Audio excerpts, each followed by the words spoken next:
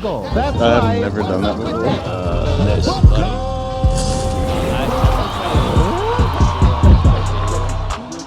No, you're good, man. It's good that I am a very long-winded person, so I could just. I'm so sorry. No, I'm not. I'm All right. This is all good, bro. Let's take it from the top. Everybody, what's up with that, guys? What's up with that, guys? Episode 59. Bhloom is here once again. Thank you for coming. Everybody tuning into Twitch. I really appreciate it. Y'all rock. Let's get right into this, dude. Yeah. So we were discussing your new song. Yeah. Doom scrolling. Kind of walk me through it. What's the concept? How'd you come about it? Yeah. Well, this is good. I have like this now. I have like I've got all the bad ideas. Yeah, right. Well, Doom Scroll is a single that was available anywhere that you want to listen to music. It's the concept of the song is basically just looking at how we're addicted to social media and our cell phones, Right. and just how much emotional investment that takes out of us sometimes, and how we can kind of look past the things that are in our immediate world.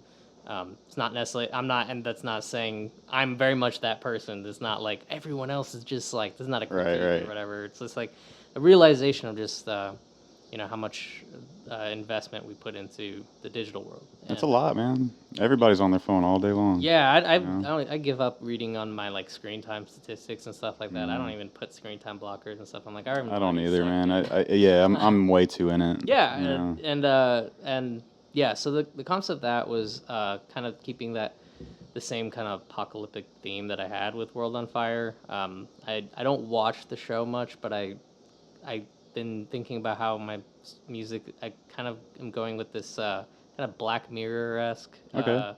vibe, of just like this dystopian social critique thing. And it's kind of good. I'm trying not to watch the show more just on purpose, so I don't bias my ideas. Like maybe I'll just Soak up something. maybe I don't want to copy something. Yeah. So maybe I'll come up with get something more that. organic. But yeah, that's how Doom Scroll came about. And just musically, it's kind of I see it as a continuation of World on Fire. It's the same kind of vibes and kind of heavy, really low tune, just proggy gent song. But I feel like with this one musically, where it differs, one, it has vocals.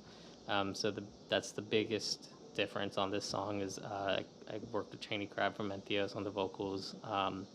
And the other, I think this song had a lot more like, it's like atmospheric work. I feel like World on Fire was definitely like very aggressive, very fast. I feel like Doom Scroll is aggressive, but in a slightly different way. It's a little bit more bouncy. I feel like this has like I feel like it's got a little bit more kind of like a sci-fi feel to it. Like the keyboard solo that Rohan did on it. It just I feel like there's a little bit it's a little bit different. I don't know. It just like got kind of it's metal, but I feel like I really just hit a lot of different sounds with it, which I'm really proud of. So.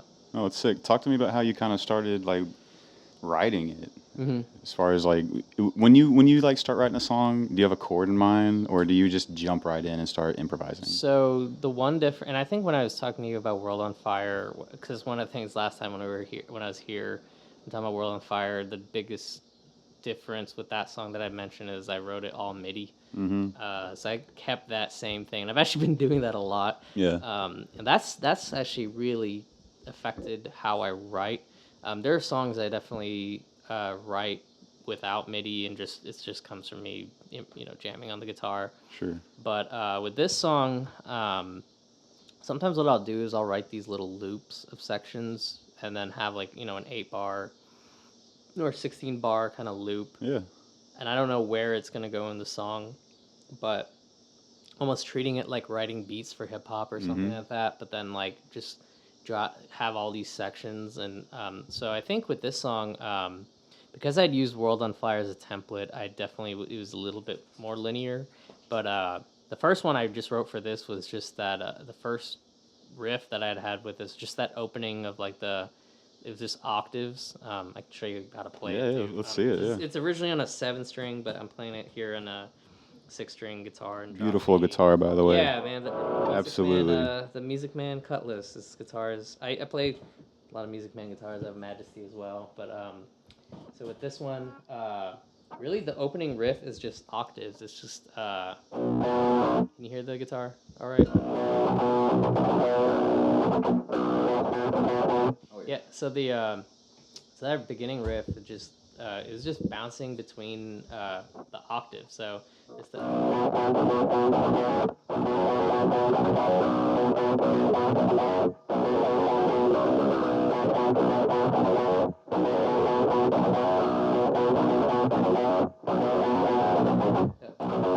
yeah, but I kind of like using octaves a lot, especially when starting off something, because it doesn't define a key. It Yeah. doesn't define, it doesn't say if it's a minor, major, That's a anything. good idea. Yeah. So I like playing around with octaves, but It then gives you a lot of space. yeah, and then using the octaves as a fun way to find the rhythm. So rather than just going with, if I took the octave out and just kept it,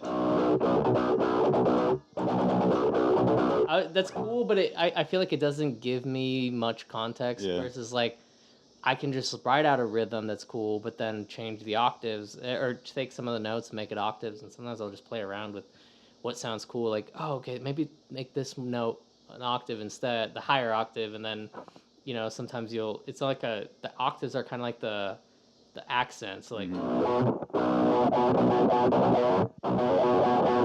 versus Kind of syncopated in there. yeah. So I mean, that sounds cool, but yeah. So that's kind of with this song and just in general, a little trick I do, is play around with octave. Like that's one of the songs on my new album that I'm working on. It's just it's like a power chord, like a fifth, like a this is this is a tuck and drop D, but it's a D A G like.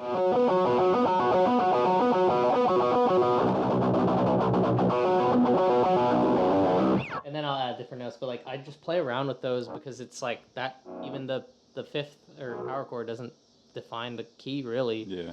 So just like it gives me a little, like you said, I think a little bit more like you can play around with it, and it gives some space and makes it sound huge, even though it's like pretty easy to get away with just one note. So yeah, I played around with that, and um, I'll start with that, and then I'll usually what I'll do is I'll also write.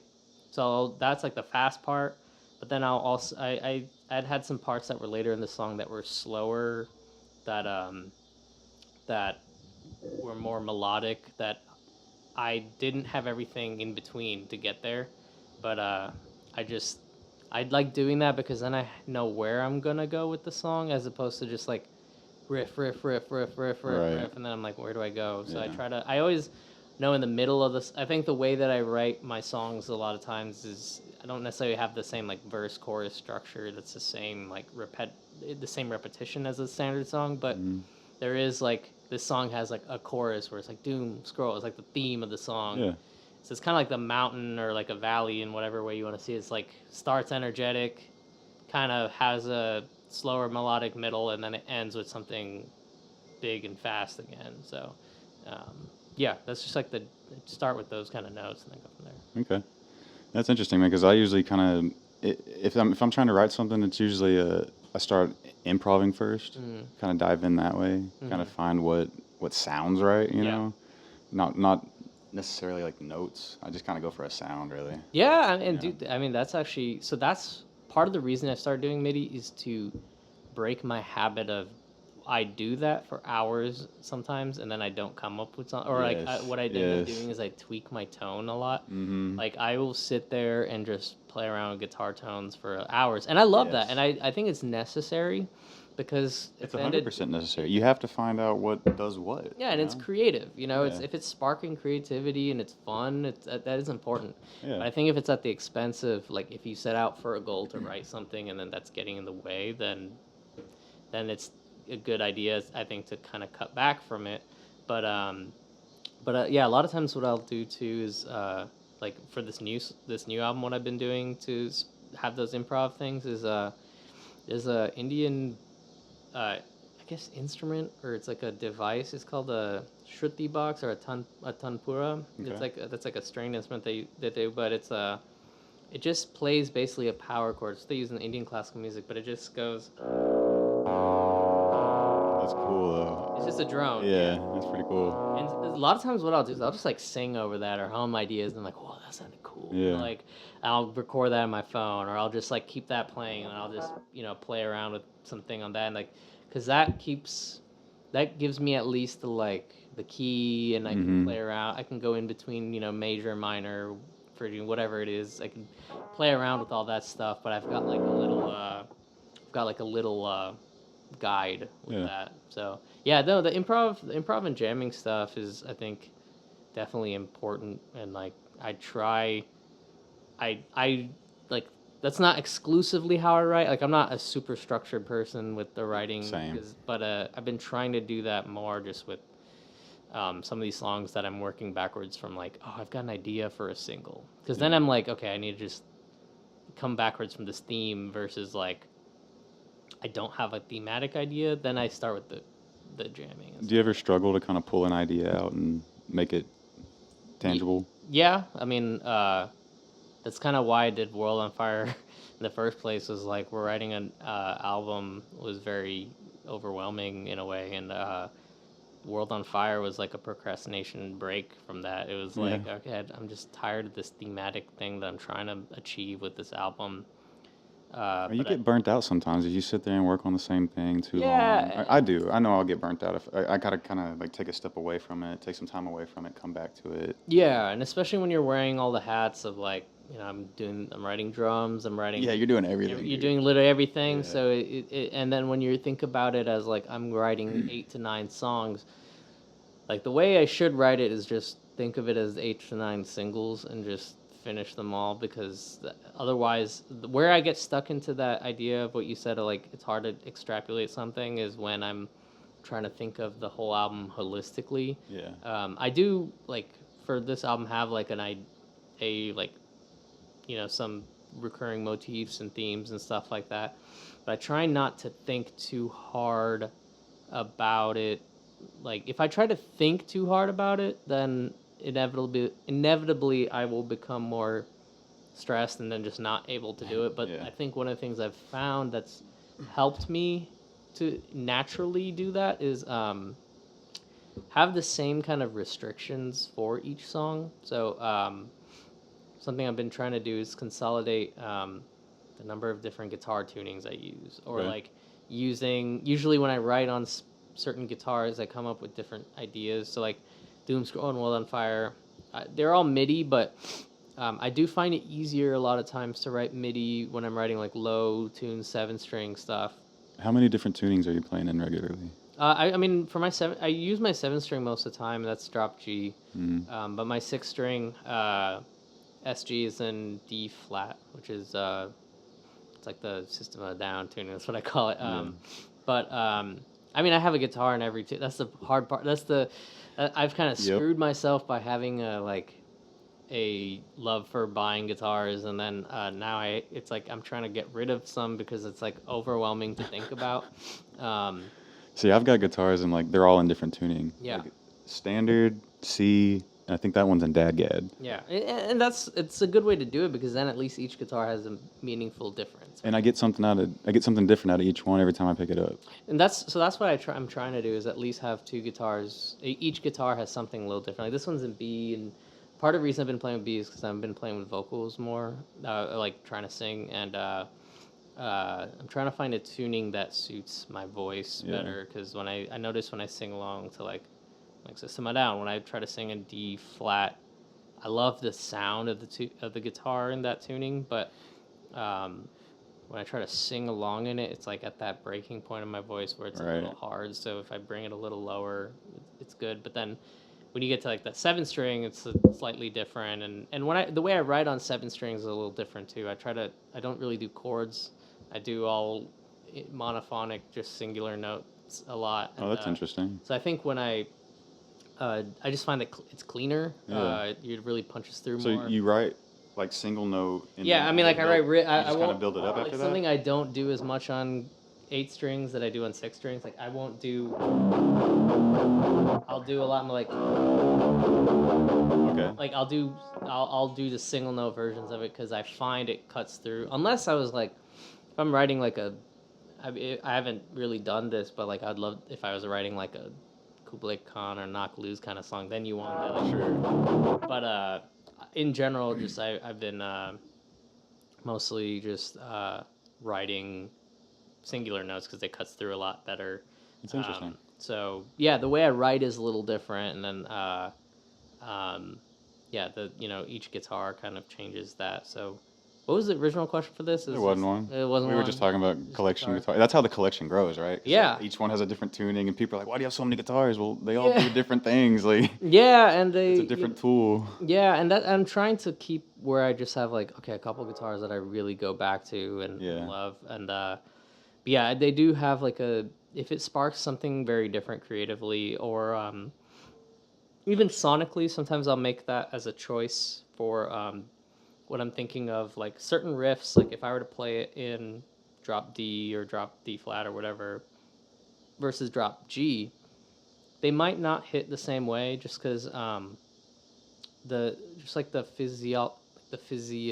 what do you call it, the physics of it, or just like the physical limitations, like a 6-string guitar is like usually I feel like when I'm playing it's a lot, the strings are tighter and the tension is a lot tighter. Yeah, so if you drop down, it's way more slinky. Yeah, it's slinky, and then because you're getting into like a frequency range that's closer to a bass and stuff like that, the way you mix things gets different, and then and so what I think about what I like low tune guitars for is like when I want that kind of, when I want a big separation of sound, like a lot of times the low tune is kind of just doing these bigger chords and stuff, and then there's the higher, I feel like the highs can come out a little different versus like when I'm playing in a higher tuned guitar, the guitar is more the center focus of it, being like, I've got to have some riffs that are like taking the main stage as opposed to even my stuff, like even most of the stuff like with Doom Scroll, there's a lot of riffs and there's a lot of cool riffs, but the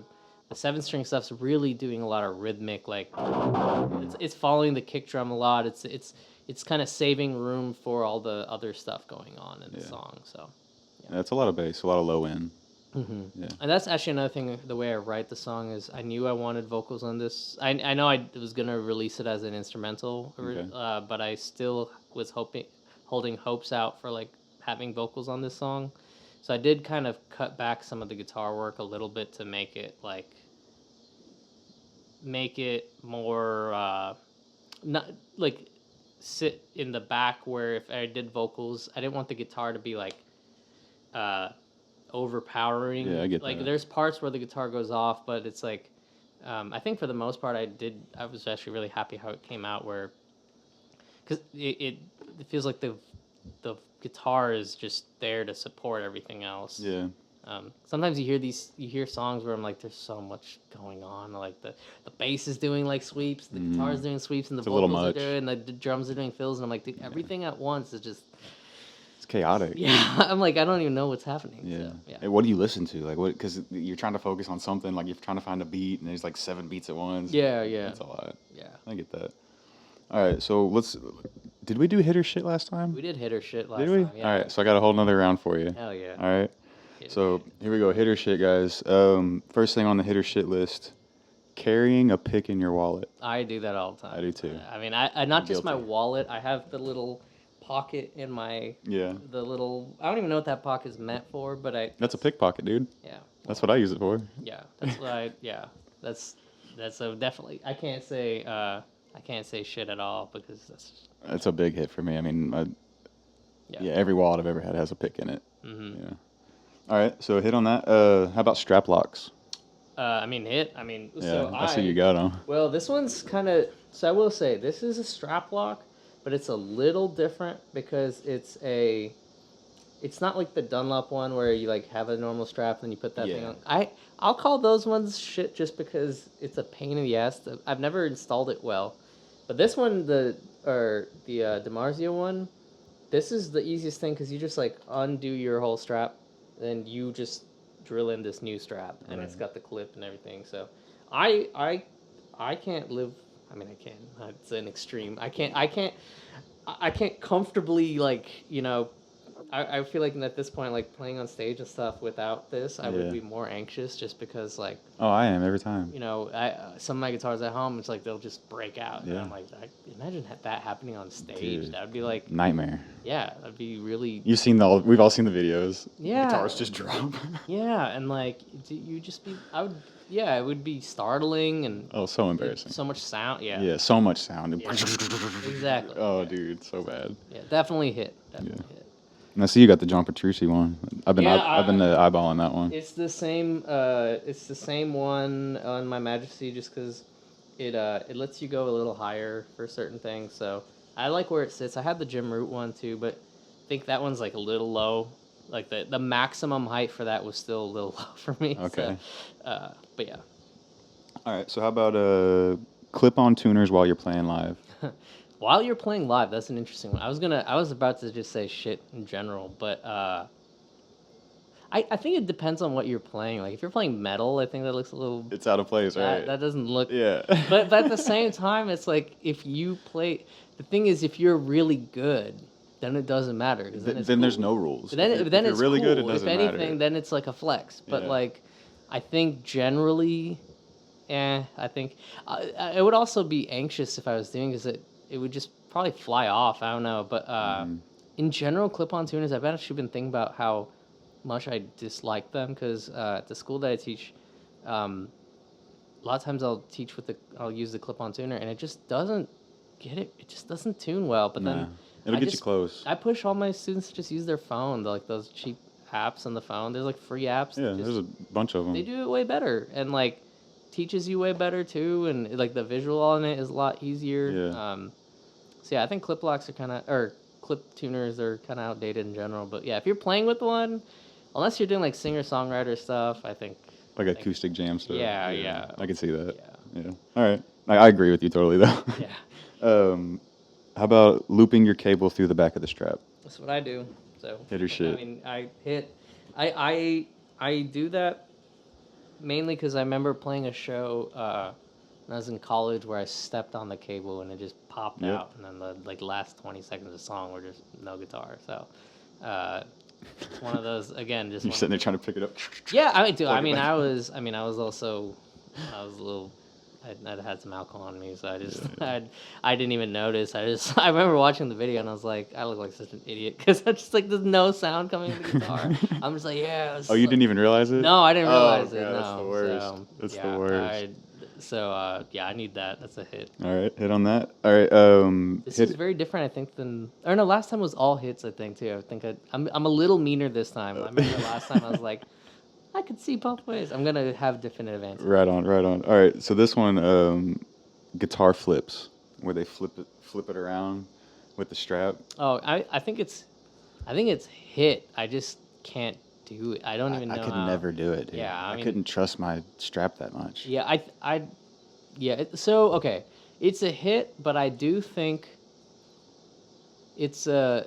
I think it depends on what you're playing, because one of the things is like crowd engagement, all that stuff is really important, and like depending on the style of music you're playing. Obviously, if you play like really super technical stuff, I'd rather see a band that is locked in and playing it really well. Mm-hmm. And because if the music really depends on the technicality, I'd rather see you do that. Like Meshuggah, Yeah. they don't move on stage. They don't do anything on Right. stage really. And like the guitarist rather. And like they're there head bobbing but like they're not doing a lot, but that's not preventing people from like going off. Yeah. Because if Meshuggah wasn't tight, you wouldn't like them. Exactly. So I think sometimes it's like if you see a band that's like doing that stuff, but the music's gotta be tight, then I think it's like detracting from it a little. I get that. So, yeah. No, I saw Suicide Silence a few years ago, and their guitars don't even move.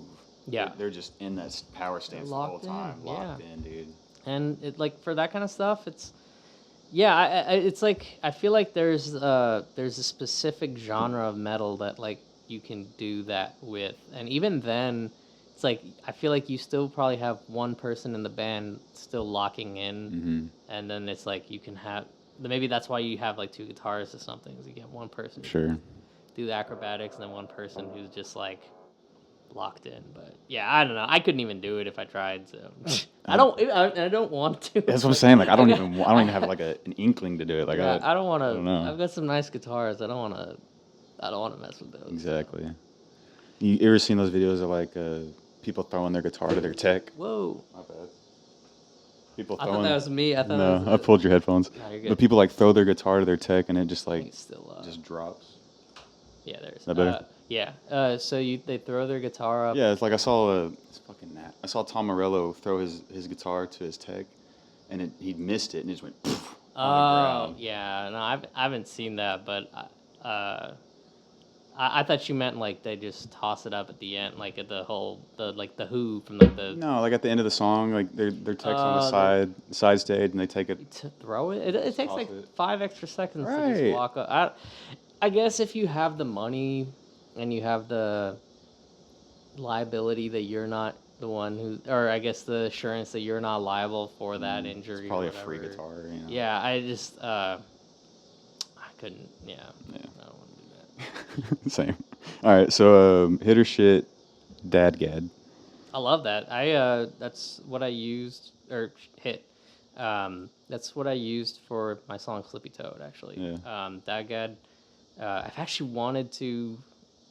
I want to use it for this new album, and originally I was writing some stuff in it, but I moved away from it only because I was doing more leads and stuff on it, and it's just a little bit more work to like try to relearn all the soloing and stuff. You write different leads and Learning stuff all on the it. phrasing. Yeah, but I wanted to write some more like traditional leads, like some. I'm trying to write some more like 70s rock, like kind of just like classic rock solos and stuff. And that in Dadgad is just annoying to play. Like the first two string or these two strings are fine, but then like beyond that it's just like that one string kind of throws it off. But yeah, Dadgad is really cool, especially for metal. I think it's slept on because there's so much cool voicings you can do with Dadgad, and like this chord, I used to do this a lot in Dadgad, where in standard it's, but in Dadgad it's just like 1 2 3 1. It's just like a very easy. It sounds weird in standard, but when you do that in Dadgad, it's very easy. Or you can just keep going. And when you do that, it's just a octave, 2 octaves. So a lot of times I'll just go to that open octave, and I don't know. It's cool to play around with tunings. I think you should play around with them just to like experiment. Yeah. Like we were saying earlier, they make different sounds, different tools. So guitar is a lot about shapes too. It's like yes, there's scales and all that kind of stuff, but like the physical patterns of what you're doing when you change those.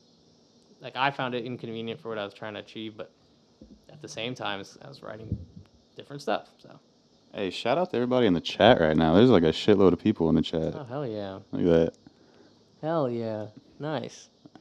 I don't think we've ever had that many people. Yeah. That's what's up. Well, hell yeah. Thanks for joining this for 2 rounds of that. Yeah. Yeah. All right. So last thing on hit or shit, wah pedals.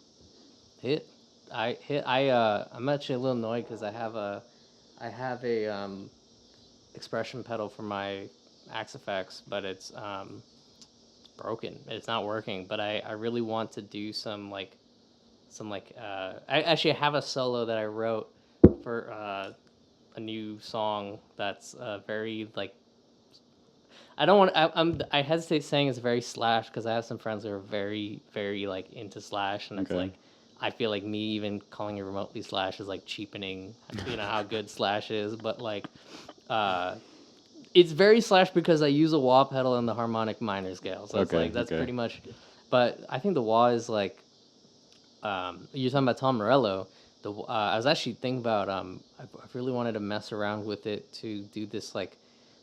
I want to play with an 8-string with a wah. I really want to mess around with that sound because I feel like that would sound really weird. Yeah. Just like, because like some of Tom Morello's stuff with the wah was very non-traditional. Oh, of course. Like the album, I really love the album Battle of Los Angeles by Rage. That's probably my favorite Rage album. That's when he got into all the DJ scratching. Dude, yeah. And that was the album that was the most the production was just like the most crisp Rage Against the Machine. Like their production's always on point, but that one, it's like there are parts where the guitar doesn't sound like a guitar. It's like, but I think it's there's a song called "Calm Like a Bomb." It's like I think it goes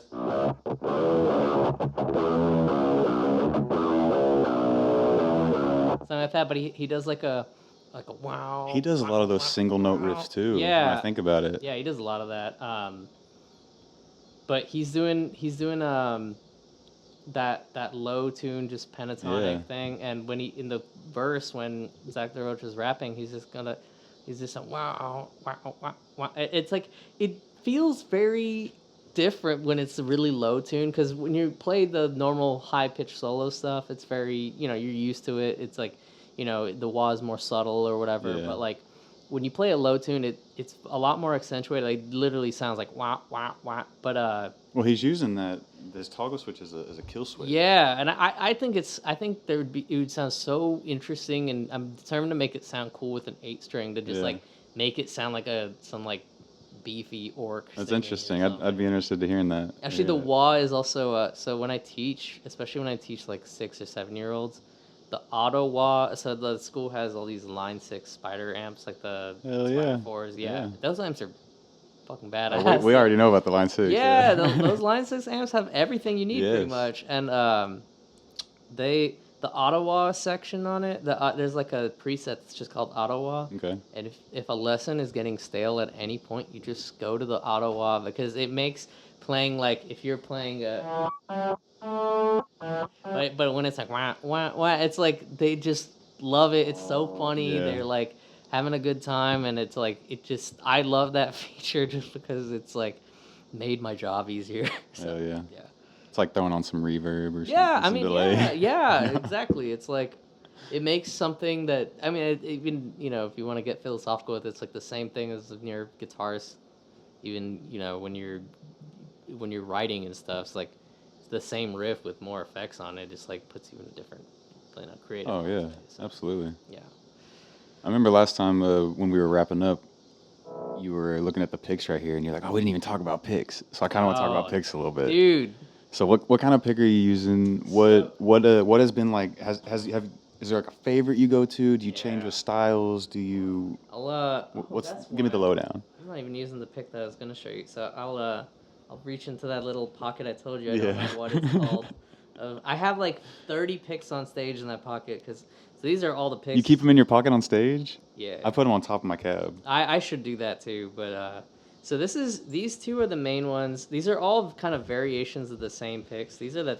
This white one is what I use live mainly. Okay, it's so like a variation of the red. Got the Tortex Flex. Yeah, and I use a 0.5. 0.5. Everyone thinks it's That's crazy. so thin. Yeah, yeah. So this. Holy crap! Yeah, that's I mean, this thin. is like the same thing. I like the Flex because it has a slightly better grip on it. Do you like the Flex because it kind of rolls over the string and kind of like? I don't know what the difference between those two actually are, other than I find that this one, it doesn't fade as fast. So then when I play it on stage, it's not like slipping out of my hand. You get a picture of those so I can put it on. Yeah, these two are very bright. And then this is the one I just recently started this week, and I'm actually really liking. It's another 0.5, but it's called the Wedge. I like these Tortex, huh? Yeah, I love Tortex. Just Okay. anything Tortex. What's the difference with this one? It's called the Wedge. It's slightly bigger, and so I need to practice with it more before committing to using it live, because I try to keep everything the same. Like literally, if I practice on the day of with this, I'm not going to play with this one. I feel you. That's same, dude. Yeah. It's like a little, placebo. But these ones are just. The reason I like them is the thin millimeter or thin, whatever you call it, the width. Yeah. It just has so much or so little resistance, I feel like to me it's at that right threshold of like, if you did anything thinner, it would feel like it's too much. Too flimsy. Yeah, because I have one that's like a 0.38 that I was curious. Yeah. That one is like literally using a piece of paper. It's like, nah, this is not. But this one, it makes the tone very bright and attacky. Like. Oh, your pick will definitely change your tone. Yeah, versus Yeah. let's use this drum. So this is one I have. Those are what I play with. Yeah. I can't really hear it right now, probably. But versus if I use. Oh, I can hear it. You can hear it. I can hear it. Yeah, like. That's way brighter. Yeah, and so for what I'm doing when I'm doing a lot of the rhythmic stuff, especially on a 7-string, the difference is even more noticeable to me on a 7-string because I don't use like super heavy gauge strings. I use like 10 to 64 on drop G, which is pretty light as far as what. And I would expect you to be a little thicker than that. Yeah, so I used to use 10 to 56. That was a little too floppy, but like when you use thinner strings and stuff too, the reason I like these thinner picks with the thinner strings is I feel like I'm getting more articulation. I'm getting more control over the note, Sure. and it's in some ways harder in the sense that I feel like if I miss or if I don't hit it enough, I'm not gonna get the note. But I feel like it's made me tighter at playing, and it's changed like the way I hold it. I'm like choking on this thing a lot, and but I feel like it gives me more control, but it doesn't give me it gives me more flexibility, but doesn't mean it's necessarily easier. You get that. It requires me to be more precise, but the payoff to me is way higher because I think it just sounds so much cooler versus with this.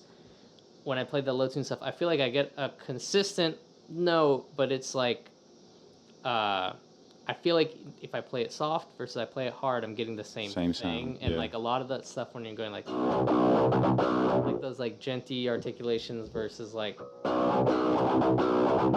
you can kind of hear that. Yeah, and even if I can't hear it, I can feel it. And it feels different. Yeah, and the feel is even just that on its own to me. Even that on its own to me is just like changes so much. So it's crazy how that little thing changes so much. Mm-hmm. These ones are cool though because I do use these sometimes when I'm recording for things like solos because where I think this gets a little harder. I've seen people who like my students and stuff who I'm like, hey, try this. They hate these, but some of them actually really like it for the rhythmic stuff. Yeah. But then when you're doing solos and stuff like trying to get those notes like this because it's more rounded. Yeah, it just rolls right over. Yeah, versus this is giving you that attacky sound, but you don't want that for a solo. You want like it to be smooth and like things like sweet picks and stuff like that. Yeah, this one is I really like. The reason I like these as far as the thick picks. Because I used to play with these all the time. These little Fender mediums. I never liked these ones. I played with those forever, and then I had these Prodigies for a while. Those are really sweet. I want to try some of those. But I switched this one because it's the only one that doesn't slip out of my hand. Everything else, like, I get sweaty, and it spins. This is pretty cool. But this is the only thing that will stay still. Let me try that one. That's the Petrucci one. Oh, okay, yeah, the Petrucci one, because especially with the logo on it. Yeah, that's what it is. That logo helps me kind of stay there. Try that one I find that harder, the pinch, versus I can already tell how sharp this is. That one's super sharp. Have you tried the Tortex sharps? Mm-mm. There's a Jason Richardson sharp that I have that I try to sometimes play with this because this is a Jason Richardson guitar, so I'm always curious, like maybe I'll get more insight into how he plays. Yeah. But, it is cool. It just, again, it's something I can't commit to because I feel like I have to relearn some things where I'm always scared to do that right before a show or something. This is very sharp, though. I can feel the, like, I don't know, again, maybe I'm like... Yeah. It sounds so different. It's crazy. Yeah, the way I test a lot of these is how to, like, pinch harmonics. Yeah, that's what I do, too. That one's great for pinches. And this one. So the reason I like this one is a little bigger, and I find that so like small picks, I'm not a huge fan of, like the Jazz 3s and stuff. Yeah. I played them for a while because I feel like I forced myself to try to like them because everyone used them. Just not for me because it's like I think because for the precision stuff it's good, but it just I don't know. For me, the way sometimes I hold it and like the way I'm like, I feel like I move my finger a lot even on the pick. I felt like that one was very limiting. I just felt Yeah. anxious about What do you it. think about these big boys? This is fun. I like that you brought picks for it. Oh, I used to play some stuff like this when I was a kid because I was a big fan of Darren Malakian. Okay. But they were more extreme. They're like giant purple, like actual triangles. I think I had a version of this that was. I kind of use those just for acoustic guitar. This is cool though. Actually, I like the space. So again, Yeah. like the reason I didn't like the other triangles is because it was a little too sharp and like extreme the angle. Yeah. So it felt like a small pick versus like I like these ones where it's just like, oh, there's so much. Because one of the things I'm really trying to break this habit, but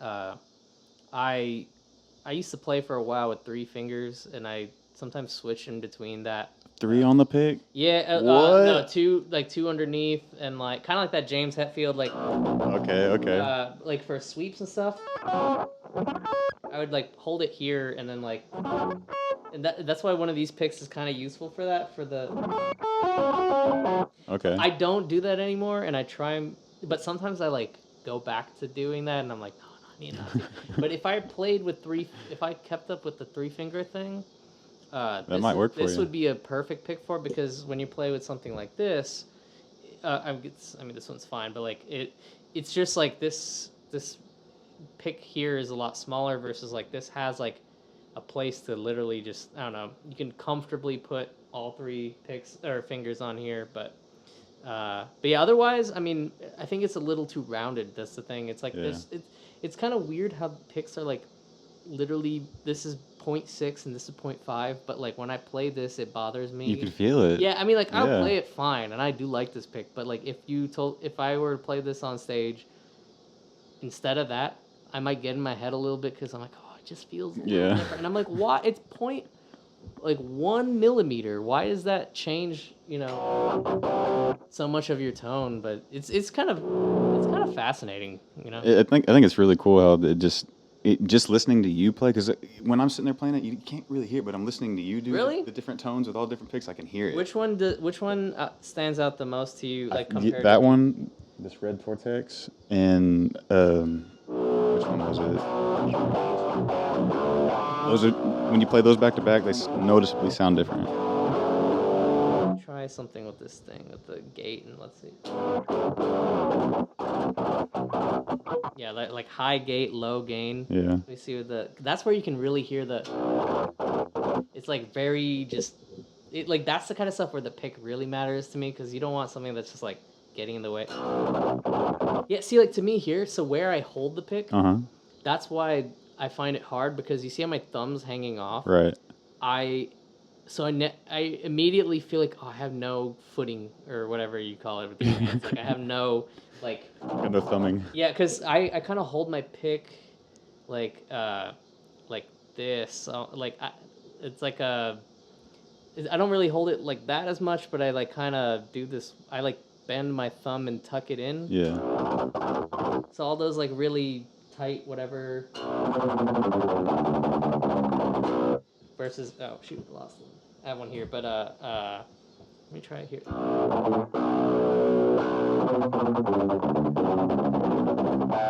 It sounds cool. I actually really like how it sounds. Yeah. It feels big. It It's feels thick. bigger. So I'm like, it felt like it's like putting more weights on at the gym or something. I was like, oh, this is like more tiring versus this is just like. I feel like I'm just. I feel like I can do a lot just with here. Do you have Less movement with it. Do you have any other unique ones that stand Let's out to you? see. I mean, this one's kind of cool. It's just real grippy. Yeah, these grips. I was trying one with the grip. The rest are just kind of basic. I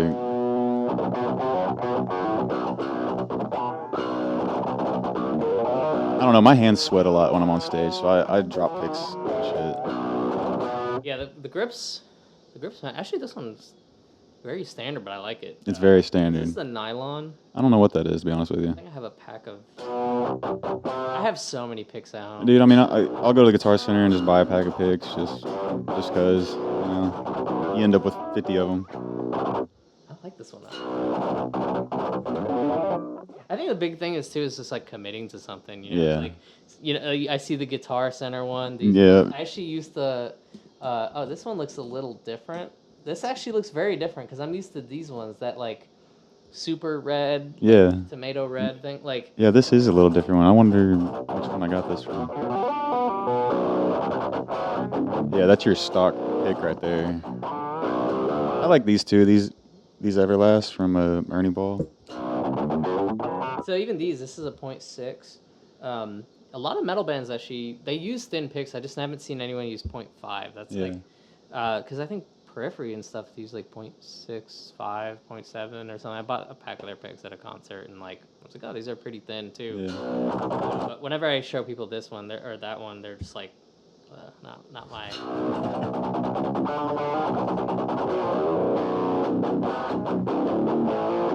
I like this. Yeah. I mean, and that's the thing. It's like the thick. There's. I feel like the main factors are the size of the pick, Yeah. how thick it is, and then like the I don't know, like the material or whatever. I Because kind of like mine to have a little round instead of these are so flat. You know, you can tell it's kind of like a die punch. You know, like they just punched it out of something. Right. And the round is really like when you're doing solos and Yeah. stuff, or when you're doing also when you play, do you angle your pick? So it's like a that. little bit more like Yeah. yeah. See, that's the thing too. So because I'm like doing this extra tuck, my pick's a lot almost 95% of the time it's in that angle more than this. It's not going up and down versus like here. You can hear that like. Yeah. That's kind of my gauge of like if I like something because if I can hear the acoustic scratchiness versus I'm just gonna guess that this one you can't hear it as much and like the It just kind of rolls over the string. yeah, which is that's if I were to play this way like I'm sure it would change a lot, but just because I'm doing it that way, it's like it's a little different. Yeah, I was actually surprised with this Fender one because those were my favorite for a long time. I usually hate these ones because they're like the ones you get in like just when you go to like someone has a guitar and it's like I have an acoustic guitar, but this one's pretty good. I don't know. I don't like. I guess maybe this is confirming the fact that like maybe there is. They're all way more similar to each other than we actually think. Because I'm like playing that, I'm like, I don't know, I like that too. Well, I don't know. Like if I'm playing blues and stuff, I'm probably gonna pick this up. If I'm playing anything else, it's this one. Yeah, But, and that's the other thing too is like I never want to screw myself over to a point where I'm like one of those like I like people. If I don't want to be someone who's like so dependent on it, where it's like if I was on a stage and I forgot my bag of picks, and I had to just be like, hey, bro, can I borrow a pick? Right. I don't want to be like the show has got to stop because I don't have my picks because like I can't play, man. yeah, and like it'll suck, but it's like at the same time there's a thing of like I'll get through it. It's like I can and For sure. and it matters and I love it. It does. If I have the choice, I think it matters a lot. But that is one thing that like sometimes you see that and it's like I don't know. I feel like that's a little like you gotta get over that. Yeah. I don't know. Do you remember the first riff you ever learned? First riff I ever learned. Actually, I kind of thought about this recently because I was teaching my cousin some guitar. So it's a Blur, which was like the first one. One of the first ones was the acoustic song "Horse with No Name" by Brand America. Yeah, hell yeah. It's just too. It isn't drop tuning, but it's. And then.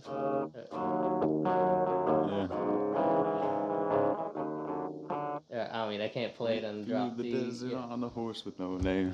Yeah.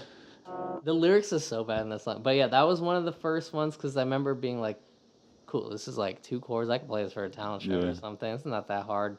I mean, the other one was "Smells Like Teen Spirit." That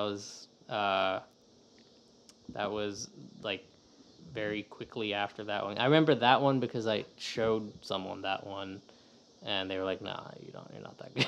And I was like, "Dang!" That kind of like sparked my like fire of like, well, I want to get good at this. But actually, this one,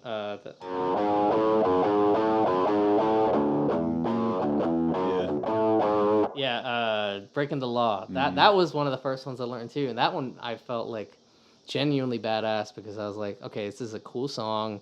This is like a metal song, Yeah. and I don't know. I was like, it's pretty easy. It's like not super easy in the sense that like there's multiple strings. It's not like one chord or something, but I felt like I was doing something. So I was like, oh, this is cool. Oh, dude, when you learn like your first like song like all the way through, Yeah. that's such a cool feeling. Oh yeah. You know? Yeah, especially that's like when I teach too. That's like why even the first lesson at least if I can, I try to find like incorporate like if I'm teaching tabs, how to read tabs. It's usually what I try to do first is like get them to read while like learn like get students to learn how to read the string, like read tabs so they know like, okay, this is frets, this is strings, just like a coordinate system kind of thing. Yeah. Because then they can learn things on their own. But I try to make that exercise at least something where they can learn some basic riff. I mean, a go-to one that's like, I'm sad that the song has like become a song that I get tired of hearing, but like Seven Nation Army, like just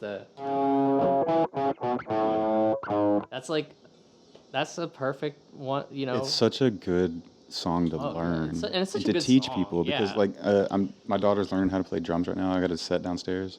It's an electric set she plays on, and but that's the song we play together. I'll sit there and jam Yeah. it. I'll jam it on the guitar, and she'll just da da da. It's fun too, yeah. And it's like there's a reason it's so catchy, Yeah. you know, and it's yeah, I mean I love the White Stripes. I grew up White Stripes one of my favorite bands. Jack White is one of the like top tier guitar players out there. I mean, he's such a like iconic and like unique player, and like Especially of in his the own White sound. Stripes. You I know? feel like his stuff outside of White Stripes was cool, but I feel like it wasn't as innovative. But I feel like the White Stripes was so different. Have you heard the Raconteurs, his band? Raconteur is really good. I like the first two albums. The second album, Consoler the Lonely. Yeah.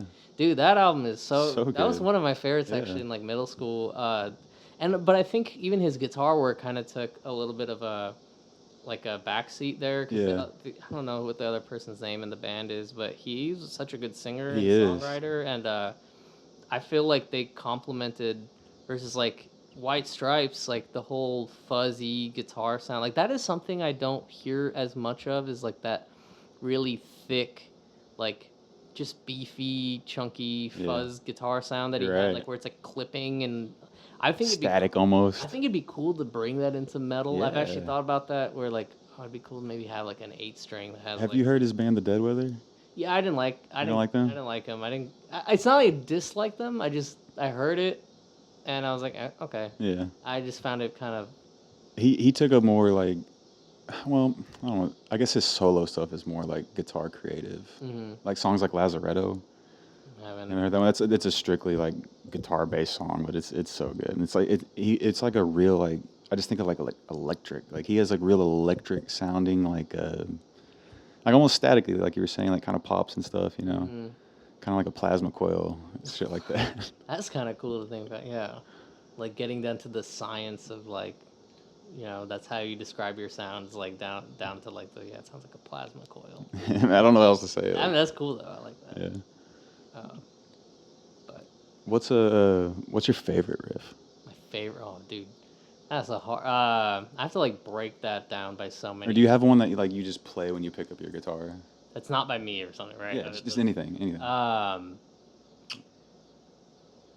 Yeah, I mean, a lot of times it's like when I'm just like, if I'm like, I'll notice when I'm like, like if I'm at a rehearsal or something, I'm just like warming up or noodling around or something. It depends on like genre wise, but like, it's like I have riffs that I actually really like that I don't know how to play. But then as far as riffs I like warm up with, I mean, BYOB by System of a Down. That You one. warm up with that? Well, yeah, that was one of the first. Actually, you're talking about first songs I learned. That was like Fast song. Yeah, yeah, that part. So BYOB is actually probably when you're talking about first riffs I learned. There's like a handful of random riffs I learned, but BYOB was like my first project. I feel like I spent the time to like learn a full song and really like. I spent like, I remember I spent like like many months just like trying to get good at the song, and then like posted a video on Facebook when I was in high school, and that was like one I really spent a lot of time. And I feel like because I just singularly like try to learn that and other System of a Down songs, I feel like it helped me get better kind of quicker just because it was just like a hard challenge. Dude. But, System's like, not that easy to play. yeah, but so like that one helps me a lot just from those kind of riffs, like it's just a good warm up of just like alt picking. So like I've that one I love that, or the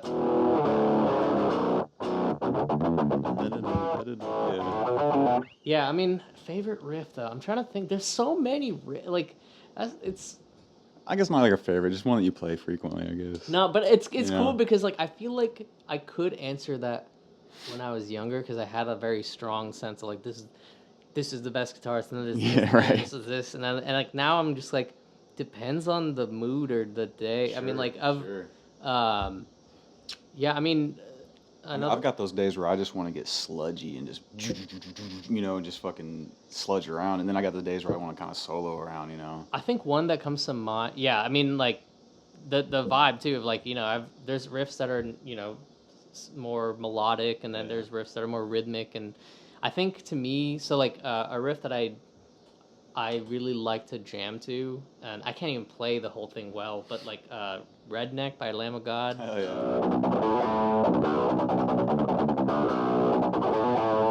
Just shit like that. Just yeah, Lamb of God is full of those kind of riffs. Yeah. Lamb of God has some really, really solid, just bouncy party riffs. Actually, one riff that I've been really enjoying teaching, and I was showing you a little bit, is that Unholy Confession song by Eventually Unfold. I didn't listen to them growing up. I didn't like them actually growing up, which is so weird because I feel like my guitar playing, now that I'm teaching their songs, I'm like, this is actually kind of similar to the stuff I write, and like it's very I feel like if I'd learned this growing up, I would have loved the guitars. I just didn't like his vocals growing up, and that's what throws everybody off. And but I've warmed up to it now, and like that Unholy, I think it's Unholy Confessions that.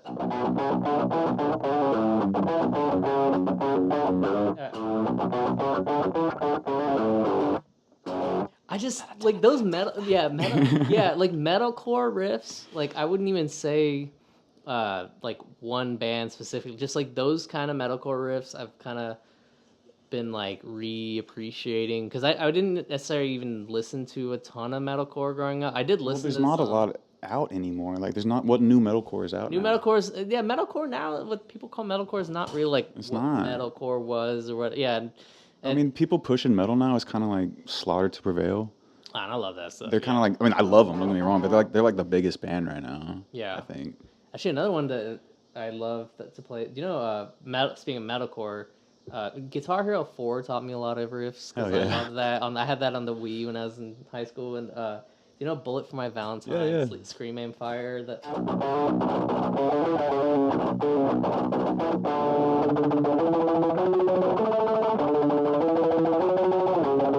And when they do the. That's two guitars, but like those kind of riffs, like even that, it's funny because like my favorite riffs aren't necessarily, like, they're not like my favorite band or anything. Like that riff is so cool, and like that song is just so badass, and that's one I actually practice a lot, just like to warm up, just like go to.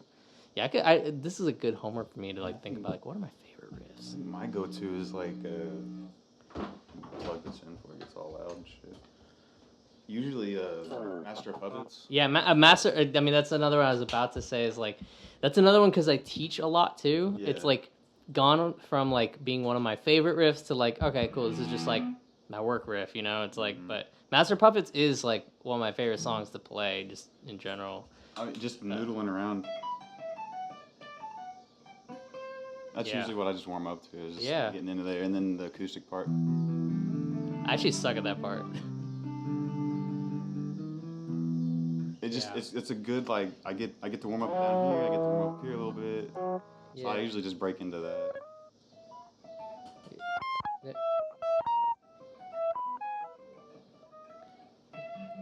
Yeah, that James Hetfield solo is so good too. It's just so melodic.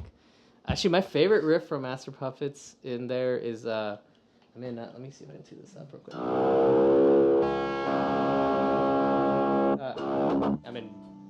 This would be, what is it, drop B to this D sharp or whatever, or D flat.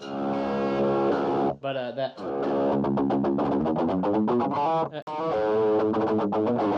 Oh yeah. It's like a little hidden riff in there because it's like already 7 minutes into the song, but I just love that riff so much because it has that like it's I don't know, like that's a really cool song. And like it's funny because, like, you know, Metallica's getting a lot of like, oh, they're kind of, I feel like, been put into that dad rock category now, where it's like, old, oh, Metallica, that's like, okay, like everyone knows Metallica.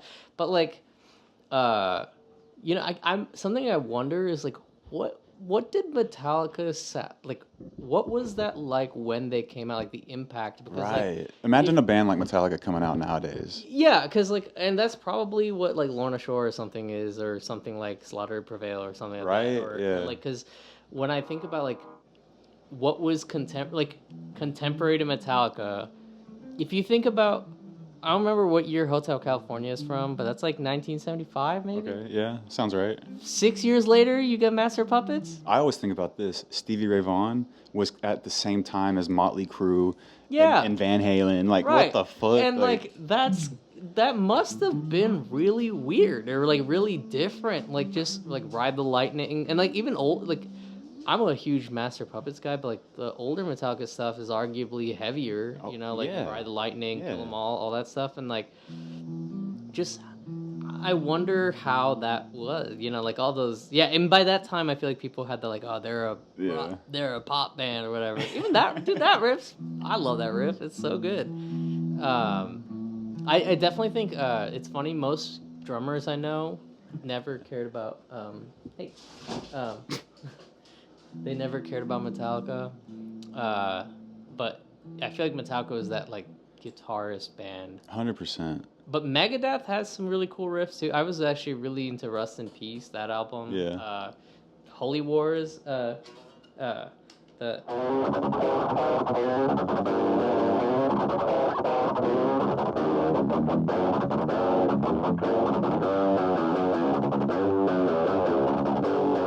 love Megadeth. Like, their guitarists are definitely more like mature in a way, or they're more there's more intricacy involved with you ever seen that? You seen that video of Dave Mustaine talking about how like no one knows how to play their guitar anymore? Yeah, no, I haven't. It's a great video. I'll plug it in here on this. But he's like, someone asked him something like, what's with the state of music now? He's like, well, no one knows how to play their fucking guitar anymore. Everyone just gets out there and just. Is that when he was younger, or he means now? It was like now. I was like, have you seen the internet? Because like the internet is like metal guitars are. Here's what I'm gonna say about the state of like guitar playing right now. Because like there's some of the most like intricate guitar playing going on right now, and talented guitar playing with some of the most forgettable music. Yeah, I mean that's fair. You know what I'm saying? Like, because like think about it, like you were just saying, like Metallica, like a Metallica solo, like James Hetfield solo, that clean solo part, it's so melodic and memorable. Try and like vocalize a Polyphia song to me right now. You can't. Like, how can you like vocalize that? Like, well, I don't know. Yeah, I think it's like different because like there's parts of it that are the bands that are really good with it do have that, and like they're like, but yeah, I mean it's like it can be one of those like.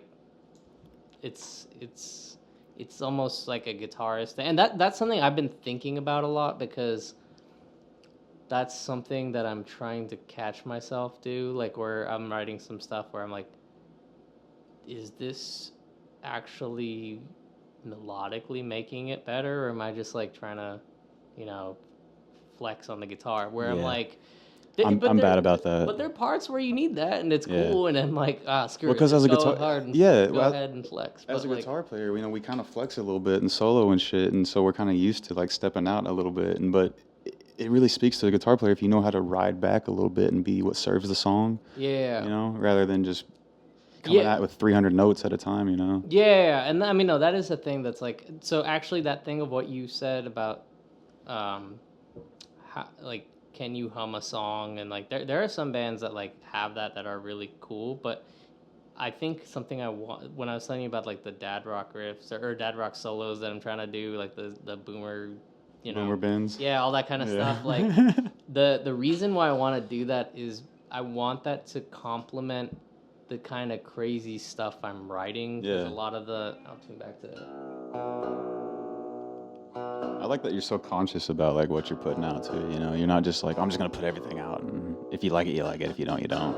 I mean, I like that you're trying to think about it. There's some thought in it. well, yeah, I mean, I do have a like, if you don't, you don't. Because at the end of the day, it's like, I like it and I want it. But it's less so for doing it for someone else, but more just from even like, I think it's also just my music taste is kind of like that, where like the things, I like catchy stuff. I write metal and I write technical stuff, but I wasn't necessarily like a huge, this is not knocking them, but I wasn't a huge like Joe Satriani, Steve Me Vai neither, kind of yeah. they're really awesome, and You gotta respect them, but I'm not like big into their yeah, music, and they're like, that's like to me learning how to get better with the guitar, but like I just didn't listen to their music growing up. I tried to learn "For the Love of God" by Steve Vai. Beautiful song. It's one of my favorite guitar songs ever. It's pretty hard. Yeah, I mean, Fuck. It's hard. what they've done for guitar, and like even their music. I'm sure their music too. Like to me, they weren't my people. I had some virtuosic people I really looked up to, like Buckethead. Yeah. He's one of my favorites growing up. He's one of those super crazy shredder guys who just plays a million notes, but he has those moments where he doesn't. And like I'm sure Steve Vai, Joe Satriani, I didn't necessarily gravitate toward those unless there was something that pulled me in.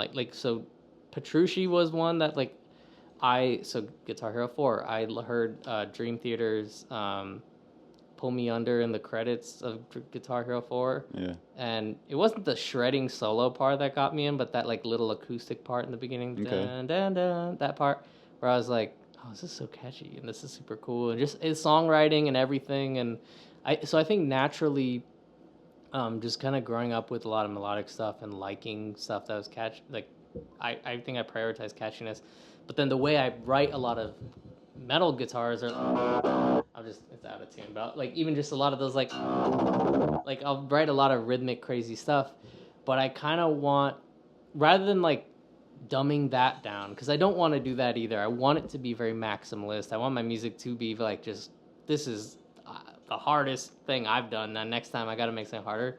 But I think the solution I'm trying to find to that is like, what if I have something that's complementing that, kind of like you have that crazy part, but then over that is a really simple solo. It's like the Doom Scroll. That's I kind of have sections where it's like, where it's doing that. So like the bridge or the part where there's like a keyboard solo. It's very simple. It's just metalcore. So the 850.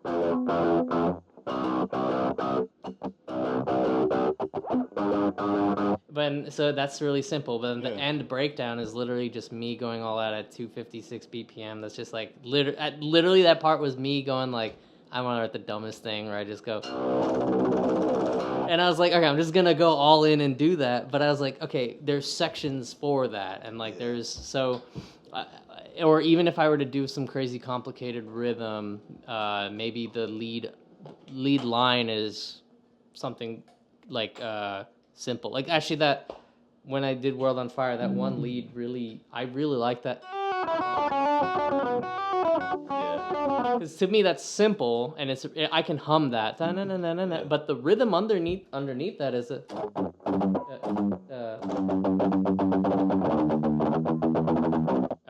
I tuned one string up, and then everything went out of tune. But yeah, I mean, to me, just that contrast is like the solution to that. But yeah, I mean,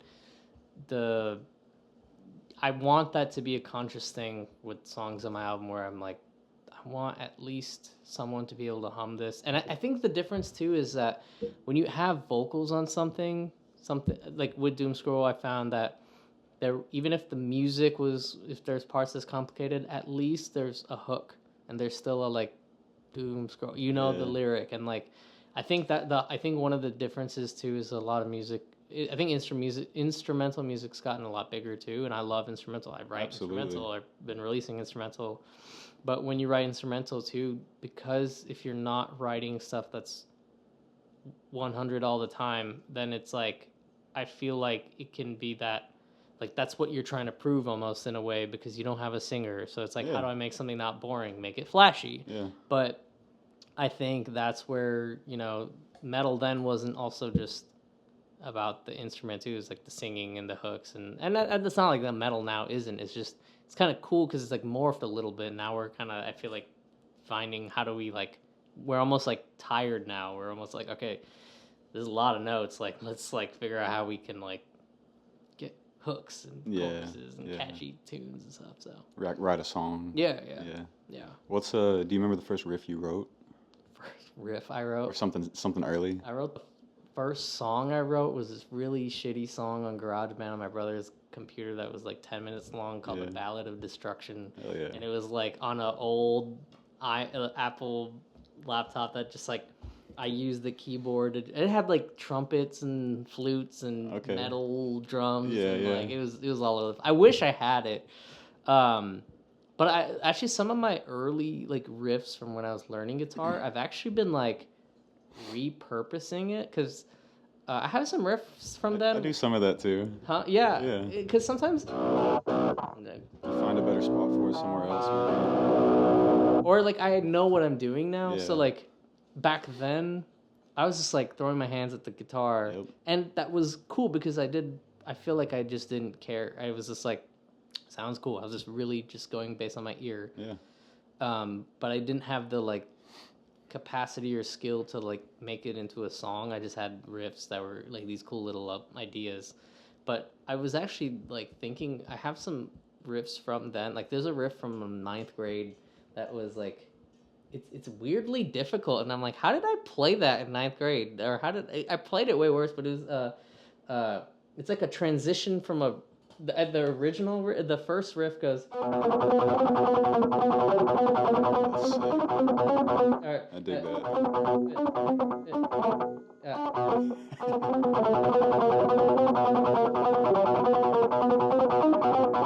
Or something like that, and then the next riff is.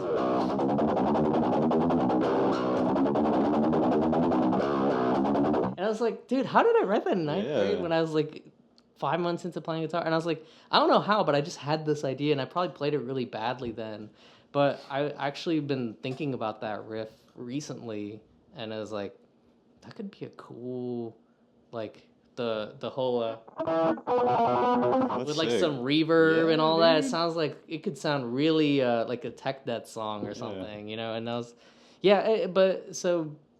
That's not like, I don't think that's the first riff I wrote. Like I think the first riff I wrote was probably just ripping off probably like a White Stripes song or something that. But like there are these riffs that were like stand out, that were like early in my like learning phase, that it's kind of interesting how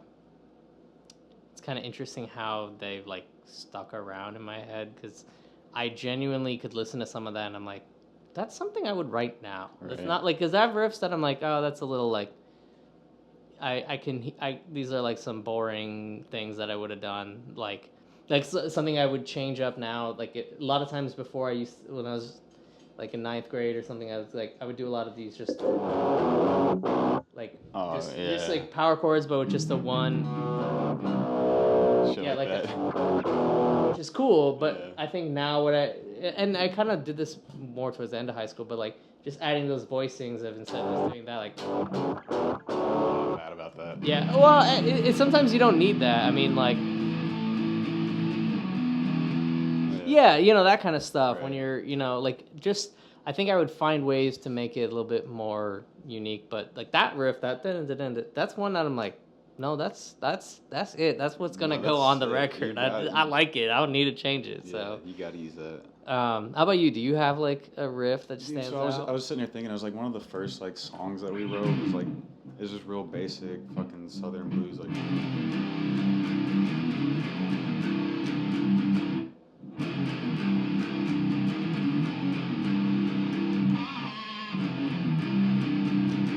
Just that Sounds riff. like what's the guy who played guitar for Ozzy?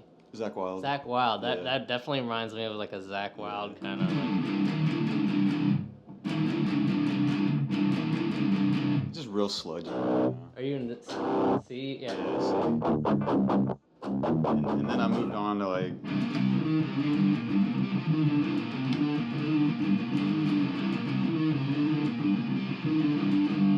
Just shit like that. Just more melodic kind of stuff. Yeah.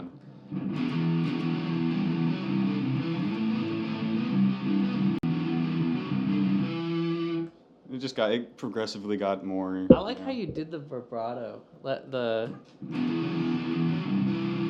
Yeah, I can. It reminds me of Tony Iommi. Like it's got that like shaky. Yeah. Yeah, I'm actually really bad at that. Like I do the vibrato like a violin player or something. With the like three? That. Yeah, I do it this way, but I want to get better at that. Like I saw you do it and I was like, oh, that's cool. It's like I'm watching you how like just technically sharp you are.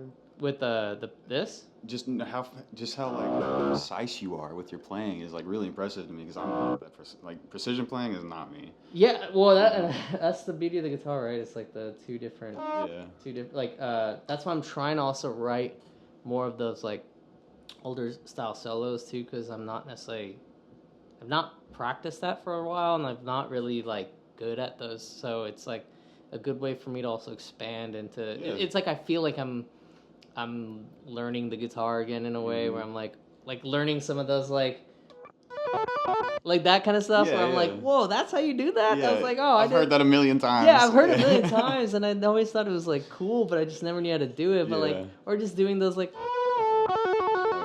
all that kind of stuff where I'm like, oh, that's like very different. But thank you for the precision stuff is like I mean a big thing to me too is like I think the biggest difference is like I wrote those riffs, like that kind of riffs when I was young. I think I had that like idea of just like playing fast, crazy riffs, but I played them so sloppy. So like that's one thing that I can already tell is like different when I like think back to like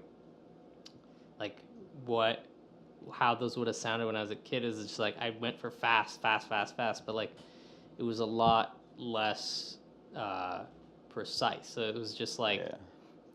The notes kind of fall, but like that's something I've kind of worked on a lot just over the years. I think getting into recording really kicked my ass in terms of like just being really like technical with the metronome and stuff like that, and like doing like being able to like take the like I get really nitpicky when I record too. Like I will do a whole good take and then I'll get the wrong note, and rather than just punching it in, sometimes I just like delete the whole thing out of rage quit. No. And I do that a lot. If you watch me record, I look like a maniac who's like I'm like cursing at myself. And, dude, I do the same shit. Yeah, I'm like a very self-deprecating like recording person, but like and I'm sure that's like most musicians too, but like but it's that like precision thing of just like nailing it and like getting like to me like getting it quote unquote perfect is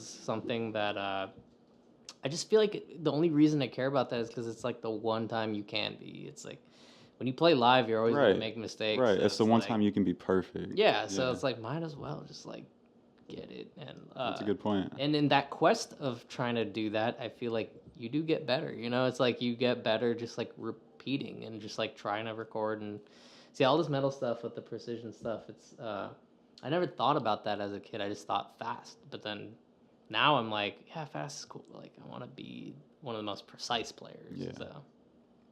What's like one of the like latest riffs you learned or something you're learning right now? Learning, actually, the Unholy Confessions is one.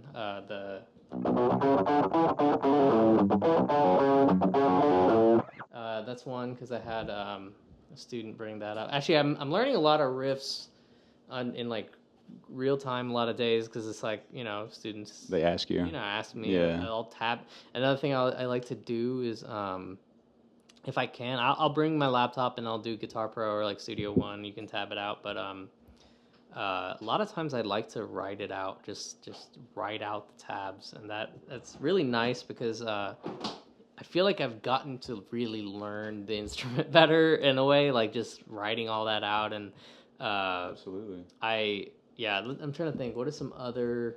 I have like a lot of I mean, Taylor Swift songs. I teach. That's cool. I teach a lot of Taylor Swift songs. Where do you teach at, dude? It's a school called Rock Stars of Tomorrow in Frisco. That's awesome. So yeah, I've been meaning to ask you that. Yeah. I've been saying where I teach. Yeah, I do some freelance stuff too, but Rock Stars of Tomorrow in Frisco. It's a really cool school there, and I'm there on Tuesdays and Thursdays. And I have a really wide range of students, which is what's made me, I feel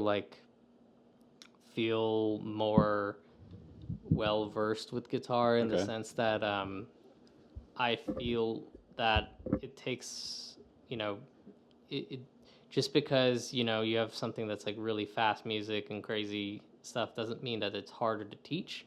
So like I feel like when you have someone where you have to explain the very fundamental things of the guitar, that's when it's like testing me, like, do I actually know what the hell I'm doing? Right. Like, you know, like explaining like, why does the note get higher when you go up the fretboard? And I'm like, yeah, because it's a wavelength. And I'm like, well, that's actually kind of hard. Or just like, or thinking like actually one of the hardest things to teach, or not teach, but like explain is palm muting. Really? Because that's surprising. How do you palm, like how right behind the? Okay, maybe I'm bad at my job. Well, so I do it, but the thing is, because it's so natural. Yeah, so I don't even think about it. That's why it's hard, because when it's easy when someone gets it, but when someone doesn't get it, that's where to me I'm like, it's just a sound that I know. And I'm very familiar with it. So why it's hard to me is I know how to teach this, but then like, you know, those little things like when you go like lifting up, letting up and off. Letting okay, up. Like, that's the stuff where I'm like, because what inevitably happens is I'll teach the palm muting, and it's that I teach the palm mute. So then everything is everything, and it's like, okay, that's too tight. And I'm like, no, but you go, and I'm like, okay, when you get to the next string, let it breathe. And it's like, it's like I'm not thinking about that. I'm not thinking, or even when you're doing just like simple like all the little like you know the strum, strums, that kind of stuff really. It's because it's intuitive for me doesn't mean it's intuitive for someone else. Right. And that's where I find that I've had to actually really dive deeper into like even my technique and how I do things. And you know, we were talking about the 3-finger, 2-finger thing. When I'm teaching some more advanced things like sweep picking, I'm really thinking about like okay, you know, you putting your hand here versus here, and why the angle matters, and how you can achieve that. Where I have a student who plays with that 3-finger thing, it's like, okay, how do I modify what I'm doing to that? And like, so yeah, teaching has definitely made me better with that. And one of the things that I've found when we're talking about like learning riffs, one of the things I found easier with teaching is that I was always a little fuzzy with learning by just sight reading as a kid. I always found that harder if I just put sheet music in front of me. I was always like, I need context. I could always learn by ear very fast though. And so when I have students who are teaching, who want to learn a song, I can usually do a first pass pretty quickly. So that's kind of been helpful. But yeah, I'm like a lot of the songs I'm learning, like that aren't songs that I'm playing live or songs that I'm recording or writing. It's Taylor Swift. I taught Red the other week. That's a really fun song. Or actually, it's a wide range of like some metal stuff that versus some like Blackbird by Okay. Beatles. Yeah. Actually, that's a really cool one that I learned properly. I always learned kind of this hacky way of playing it when I was a kid, and I learned that one with a student who is really good. And That's one of the songs. I saw someone play Blackbird on acoustic when I was young, and I was like, I want to learn how to do that. and it's so, the fact that my students playing it with like been like months of playing or something. Yeah. I'm just like, oh my god, that's really hard. Like, and so Blackbird has actually been a fun project. That was after, so that student is like, I'm learning more like finger picking kind of stuff. Yeah. So like I had like a version of Phantom of the Opera that I taught, and then we're doing some more like we're doing like a Howl's Moving Castle one too, where it's just like a lot of those like acoustic where you're doing like the melody and guitar or melody and rhythm. So that I think Blackbird was a cool one. And then for my metal students, I have some metal students learning some like old school shred that's super cool. Like, do you know a band called Stradivarius? No. It's like power metal. It's like Okay. Iron Maiden. It's like proto Dragon Force kind of stuff. It's like like Okay.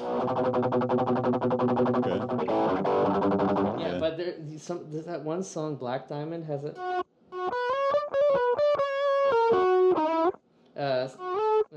I can't even play the rest. I don't remember, but it's got a lot of these like shreddy, crazy, just like neoclassical stuff, and that's been cool to learn just because it is a little outside my like typical day to like. I play metal, but I'm playing a lot of like more like tech. Like I'm playing a lot more like crazy riffs and even the shredding and solos that I'm doing are a little different. I do a lot of atonal, kind of weird, crazy stuff, and then like going into just learning like a like a 80s hair metal song or 80s power metal, or like a student asked me about Yngwie Malmsteen. I'm like, oh my god. Oh god, here we go. Like, oh god, okay, let me like buckle down and like learn this solo. Let me scallop all my frets out real quick. Yeah, so like fuck. that. So, but then like literally the next lesson after that, it's like we're learning the Mario movie soundtrack or something. Yeah. So it's That's kind of cool. fun. You get a super wide variety of things. You learn so that's mostly what I'm learning. I do want to learn some covers. It's like a goal of mine for maybe I'll have that for the end of this year. Is I want to record some like YouTube covers. Yeah. More like stuff that's closer to what I'm playing, like kind of like some death metal, tech death, genty stuff. But learning metal songs takes a while. It's like No kidding, that's the dude. thing. So like I can do a cover for a lot of other stuff quick, but just like the act of learning it is like a commitment. I have to find time for. Right. Like some of these bands that I want to learn songs for, like like Fallujah or like Antheos or all these kind of Zenith Passage, all these kind of bands. It's like the guitars. It's like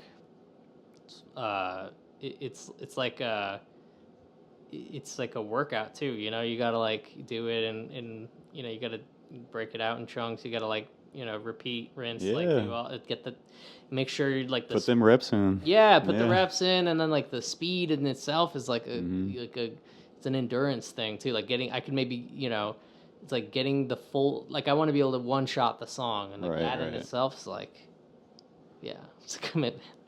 I mean, you could know a song back and forth and still mess it up. Yeah, you know what I'm saying? Exactly. Yeah. But I think there's something cool about like learning a cover to a point where it's like you could play in that band. Like that's something that I want to take with some of these covers. Is like that's how I kind of approached it when I was a kid. When I learned System of a Down songs, I like BYOB. I learned it for months, but I like envisioned myself in System of a Down. I guess that takes some ego, but like I literally was like, no, I'm gonna learn it how Darren Malakian. I'm gonna imitate how he does it, so that like if they need a guitarist they can reach out to You me. ever played one of his Ibanez's, those Icemans? The Iceman's, no. Pretty sick. Is it? Yeah. Do they have like the Ibanez necks too? Like It's the got thin, the wizard necks? Yeah, it's got that funky looking neck on it. It's not like the normal Ibanez neck. Okay. Well, because the one thing I really like about Ibanez like is the super thin wizard neck, and I don't know if those had it.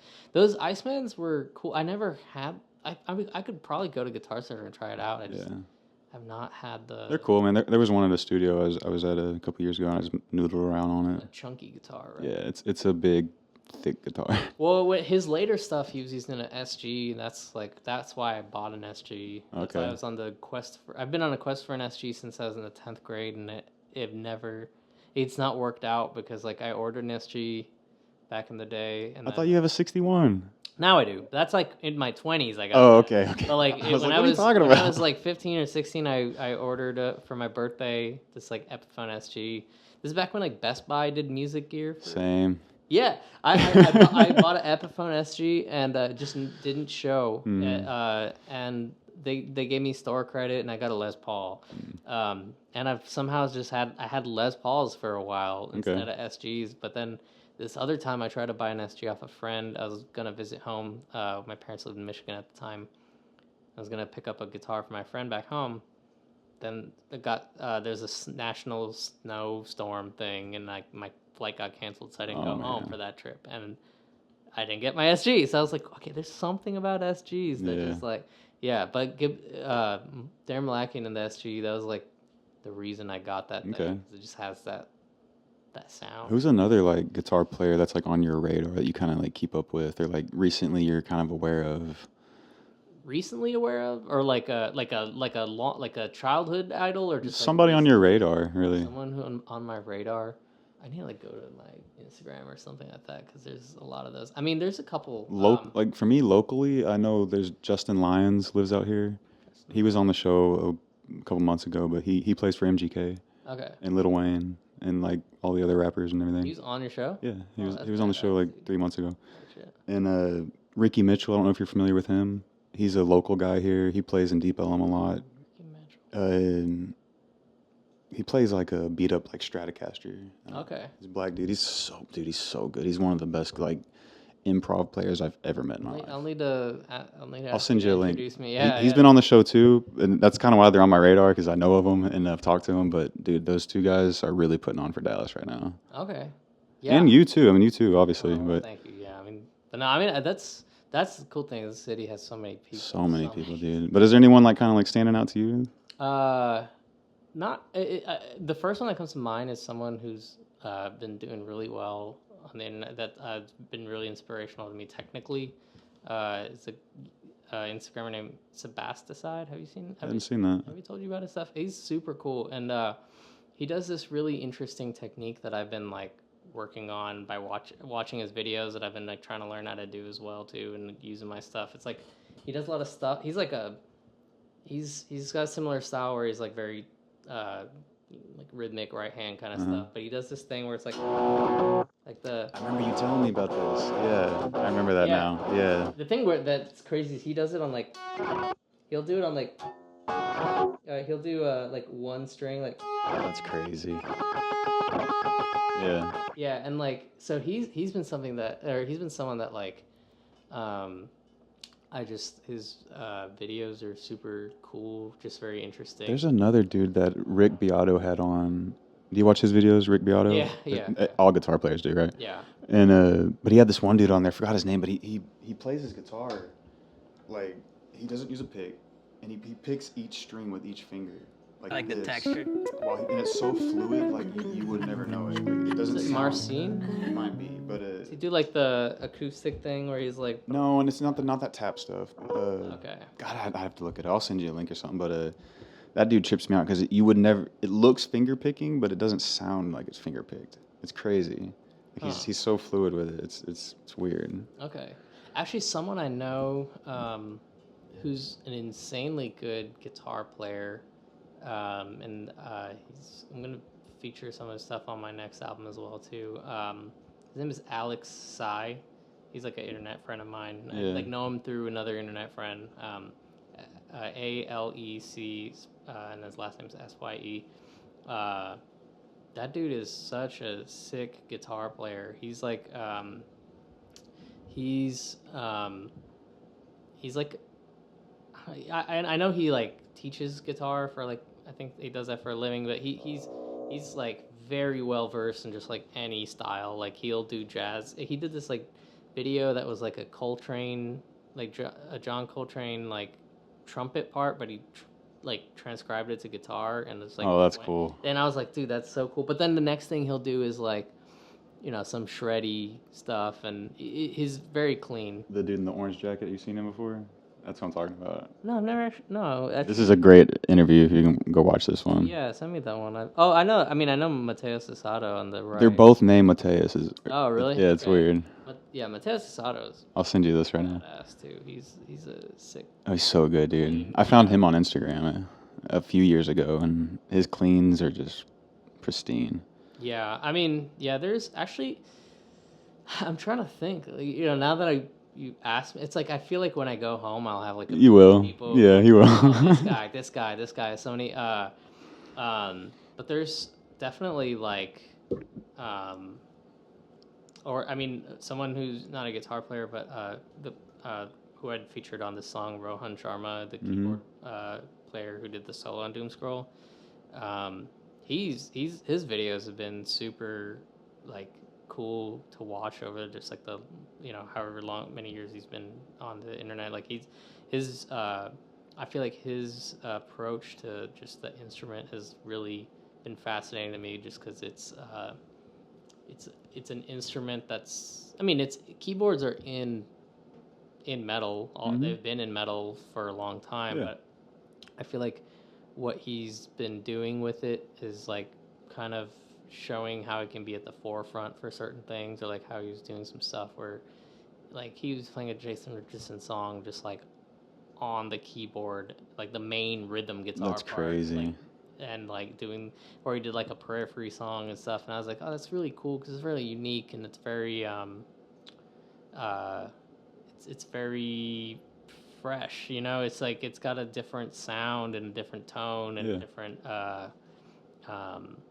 it's got actually, speaking of different sound, different tone, now I thought of someone who I just found his Instagram, and it's Instagram or TikTok, one of the platforms. I think his name is RJ Passin, Pasin. You should check it out. He's huge. He's like really big. His guitar stuff is like super unique. It's like he does like samples. Like he makes like really cool samples, and it's used for like hip hop. That's and, cool. And like hyper pop and all that. I do a lot of that stuff too. Yeah, you should definitely check out his stuff, because you would really vibe with it, because he's a guitar player and obviously like a metal guy, but he's utilizing that in the realm of like hip hop sampling and beat making. That's right up my alley. Yeah, because he sells a lot of stuff on BeatStars and stuff. Oh, okay, and, cool.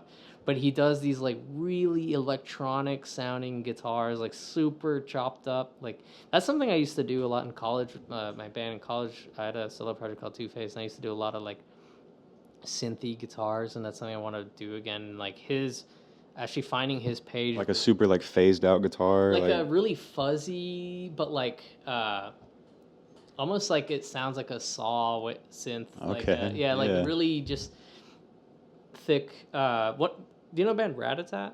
Yeah, actually, yeah. Dude, that was one of my favorite bands. Actually, I always forget because I do metal now, so I talk, and I've always done metal, but like I've been so laser focused on metal that I forget to mention all these other bands that were such a huge influence on me that I don't necessarily sound like now. But like Ratatat was a huge influence for me, and then all through college, the music I wrote was like very emulating that kind of thing, like this electronic mix with guitar. I wanted to do that recently, but I haven't, seen other. I want to do that recently, but then what made me really like energize and think of like different ideas of how that could be done in a modern setting is, I think his name is RJ Passin. I don't remember how to. I'll find his name. I could change it on the screen. No problem. I'm probably saying it all wrong, but because he does like, it's not even just like trap beats with electronic guitars or something. It's like completely different. Like it sounds like the guitar is not even a guitar. It just sounds like a modern day Tom Morello kind of thing, like cool. DJ. And Yeah. so yeah, he's someone who I love people who take the guitar and make it something else. something different. You know? Yeah, it's just like it's a sound making tool. Yeah. You know, yeah, he's definitely he did some cool stuff with that. There's also another like I should shout out some people locally, but there's an internet person who I don't even know what page it is, but I've started like scrolling through TikTok a lot more. Yeah. And there's a guy who does he transcribes like the Pokemon cries like in the original like da, da, da, like those sounds. Yeah.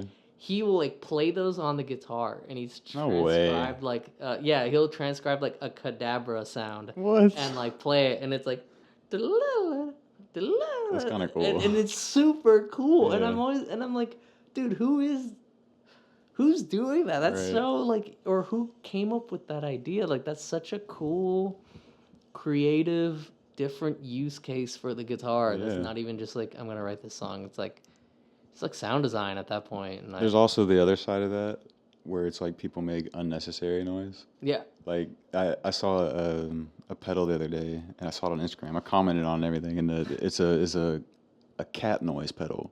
So it turns your guitar into Like cat a noise. meower? Meow, meow, meow, meow, meow, meow, meow, meow, meow, meow. But it actually changes with the note. Yeah, yeah. And so I commented, and I was like, no one asked for this. Yeah. This is not the hero Yeah. Gotham needs, but it's what we deserve. Yeah, it's like again, that's like one of those when it's it's like so extreme that it's just like, what's the point? But I'm sure if you use it, Someone will find a use for it somewhere. Dude. yeah, and like modulate it and do all Yeah. sorts of crazy stuff. But that's an interesting one. Yeah, the technology behind that is. I hope that was easy to develop because I feel like They probably put a lot of man hours into that. yeah, I would be nervous to do that just to be like, no one's gonna use this, and I just spent weekends doing all this, but yeah, I mean, I guess if I'm doing a local shout out, someone who I definitely want to shout out, and I think I shouted out last time on the podcast was Russell Holler. He's someone who so he mixed and mastered Doomscroll, and he did World on Fire as well too. But he's he's a super badass guitar player as well too. He's in a band, or he does guitars for Lyric Noel. That's his wife. She's a really cool singer and really talented singer, also based out of Dallas. But I saw him live, and their band was really tight and really awesome. And yeah, but he just as far as like guitar, it's cool when like just your mix engineer is a guitar player as well too. Just because like when I actually met him for the first time at one of his shows, I was just like, dude, thank you so much for like making these songs like into something that I'm actually like. This was. Yeah, I just love what you do with it. It just like it's not what I could have done with it at all. I've had the same story recently. I started working with this producer. Shout out Dustin. What's up, dude? And the same thing. I'll send him tracks, and he'll turn it into something I would have never thought of. Yeah, and usually their secret is probably something very simple. Like, it's like when I talk to him about it, I'm like, oh, he's just got a good ear. Like, it's not like sometimes I'm over processing things too much. You're too in it. Yeah, you got to step out a little bit and get that outside perspective. Yeah, and I think just from him just nailing the mix and stuff like him. And him being someone local that I can actually like meet and talk to and helps. And be friends with and stuff. That's like really cool. Just that like caliber of production and him being, not too far from where I am either. It's just like very lucky to, have someone like that there. But yeah, I mean, I'm trying to think of. I feel like I'm blanking. There's so many people I know, and then I'm like blanking right now. That's how it always happens. But yeah, I mean, just in general, as far as guitar and people on the radar, there's a lot of unique that person with the Pokemon sound or whatever. It's just like. That can be inspiring in its own way. How much is your Instagram like just guitars? 'Cause mine's probably like 80%. I actually have a lot of drummers. Really? So actually, that's another thing. So other than guitars, I actually feel like I've been more following drummers and That's interesting. vocalists, and I mean not more. I think guitar is probably 50%, and then the rest is everyone else. But drummers are the big minority of that. Where I feel like I'll scroll past the guitars quicker just because I'm in that. Yeah. I'm playing guitar. But I really enjoy death metal drummers, and I really like watching drummers, and like, I mean, you know, playing with Brandon and stuff like that. It's like I've learned a lot more drummers, or about drummers, but just seeing the level, like even the caliber of drumming that modern metal has, that like, I think something that's like floored my or the like floor. What's the phrase? Floored you. Floored you is Yeah. like, you'll see these incredibly difficult songs, and you see the drum playthrough videos, and you're like, dude, that guy's playing this, and I'm like, wow, that is so cool. Like that's very inspiring. Did you ever see those? I think it's Drumeo that Drumeo, puts them on, but they do those like blind listenings where they've never heard the song before and they play through it. The one with Chad Smith. Yeah, that was cool. Do they have He was more like, of them? he's like, who the fuck is Bring Me the Horizon? Yeah, do they have more of those? Oh, yeah. Really? Okay, Yeah. because I really want to do something like that. Like I want to do that. Like a blind playthrough. Yeah, I'd love to do that. Like, just like, I love that concept now. That is dope. try Like if you that. put like a backtrack on and then Yeah, just just, blind like- play through the guitar. Yeah, like just play a cool drum kit or thing, or Because I do that anyway. I'll put a backtrack on and just jam to it. yeah, You know?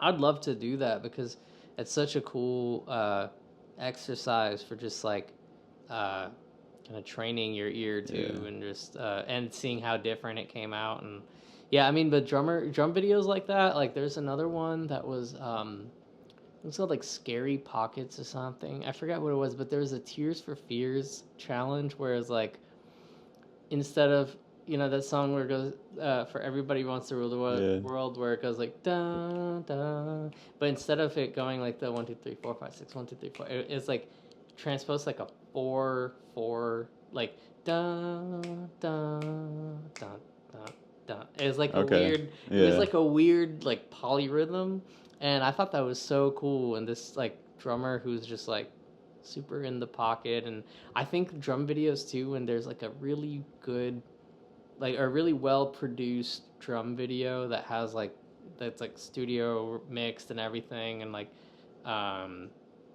got like really nice, you know, tone and everything. I feel like that just pops really nicely when you watch it on Instagram, and like, I don't know, it's cool. I really watch, I think my feed is a lot of drummers as well too, and just like, yeah, seeing these things where like now Bleed sometimes is like almost like a joke song, not joke song, but like you'll see these drummers. I saw like a 7-year-old, someone sent me something, it was like a little kid playing Bleed, and I was like, here we go. yeah, I was like, good God. But like, there'll be people, or what's his name, Esta Parillo, do you know that Yes, guy? yeah, that dude, yeah. Like, He's he does sick. the one-handed Yeah, videos and stuff. Yeah, like that stuff is so He's got to be like the most popular drummer Instagram probably account. on the internet. Yeah, I mean, he's like He's always like drinking a cup of coffee, like. yeah, I mean, and that's just from being a drum video person. Like, it's not even, I don't think he's, like, I think now he has a band, but like, that's impressive just doing that from there. Oh yeah. Well, dude, let's wrap this up. Where can everybody find you? You got some shows coming up you want to talk about or plug anything? Shows, not sure at the moment, but I'll definitely, you know, where I post about those, my Instagram mostly.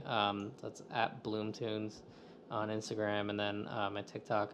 I should probably I haven't secured at Bhloom on Instagram, which is bothering me. So my TikTok is at Bhloom, my Instagram's at BloomTunes, but and then YouTube's at BloomTunes. That's where you can watch my new single, the music video, Doom Scroll. Instagram, if you want to follow for show updates, I've got a little broadcast channel thing that I've been using, so for links and stuff. Oh, yeah. And then all the pretty much the same handle for all the socials. So, Awesome. yeah. Awesome. Well, guys, thanks for tuning in.